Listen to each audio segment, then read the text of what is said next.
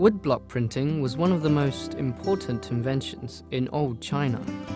The revolutionary process originated in the Sui dynasty.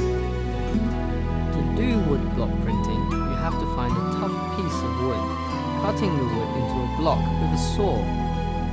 Then write the required word on thin paper and put the opposite side of the paper onto the woodblock. Next, you carve the woodblock using a knife according to the shape of the word. Finally, use every word for the board. Now you can print books using the blocks.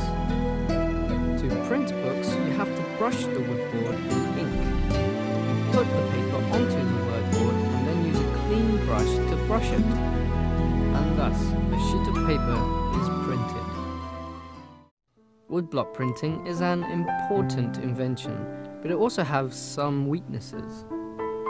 It is a slow and lengthy process. It's costly as it requires a lot of ink.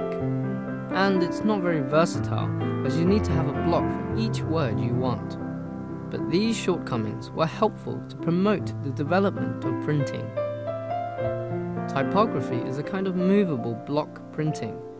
Each word carved into a small square board that can make up a whole sentence. People can pick out the single word models and arrange them in order to make the sentence.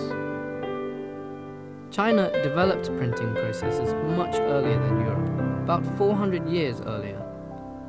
And the printing of Buddhist scriptures in the Tang dynasty advanced the development of printing. The earliest woodblock printing masterpiece, Jinggang Jing, is displayed in the British Museum. Not only the development of printing, but also the binding and layout of the books is continually changing. Dating back to the Qin dynasty, people used bamboo or wood to make books. With bamboo, cutting it into short lengths and splitting it into two parts to form the top. The words are carved onto the bamboo and people string the strips together to form a book that can be rolled up. In the Han dynasty, it was popular to write on silk, but it was very costly and not very durable, so it didn't last long. Following the popularity of woodblock printing, people used paper to bind books. You need identically sized pages as the first and last page, and on one side of the book, holes are drilled and pages are strung together. Made this way, the book can be easier to read and easy to keep.